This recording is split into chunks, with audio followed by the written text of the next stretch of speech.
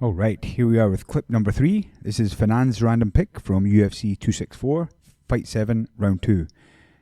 This time we have Carlos Condit versus Max Griffin. This fight again was chosen randomly to avoid any bias, but honestly it really doesn't matter which clip we use. What's important here is that watching high level fighting in slow motion lets us appreciate how chaotic and dynamic the sport really is. It's also a good opportunity to discuss one of the core concepts of ecological dynamics, which is perception-action coupling. Now, in the last video I touched on how fighters are constantly exchanging information with one another, and every movement offers information that can and does influence the other fighter's actions. In this clip I want to talk a little bit about how action is inextricably linked to that perceived information. Okay, so while perception and action are addressed in most theories of motor control, it's the pairing of the two that is a key concept of ecological psychology and ecological dynamics. A crucial difference with the more traditional approaches to cognition and motor control lies in how the brain and the central nervous systems are viewed as controllers of action. In the traditional view, the fighter is stimulated through their senses, the sight, sound, touch, etc., and then this sensory input is processed in the brain. Then based on this information, the brain makes some calculations and selects the most appropriate response from a set of pre-stored motor programs presumably, and then these programs are executed as movements. So this is like a discrete sequence. Conversely, in the ecological perspective, they don't discount the role of the brain or the central nervous system, but rather it sees them as integral to the perception-action system. So rather than perceiving and then processing and then acting as a sequence of events, perception and action are seen as a tightly coupled continuous loop, a continuous cycle. So to say perception action is just to say action perception, or in other words, perception directly guides action and action continually reshapes perception. Now if we look at Condit here in the black shorts, and every time Griffin moves, this presents new information of Condit. Again, we're going to focus on visual information, though there's far more driving action than just visual perception.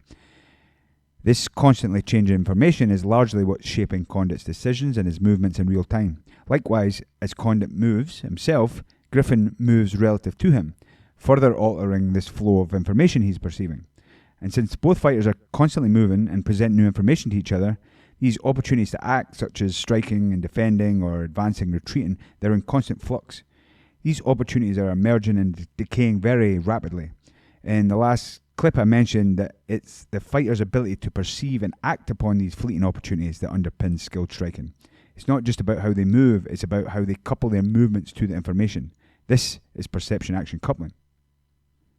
And once we recognize that both fighters form a tightly coupled dynamic system, we can appreciate that it's these interpersonal dynamics that must be cultivated in the training room, more so than isolated movements. Skilled fighting is just as much about perception as it is about action. They're two sides of the same coin. And again, I think it's valuable to watch fighting in slow motion because this tightness of the perception-action coupling becomes apparent.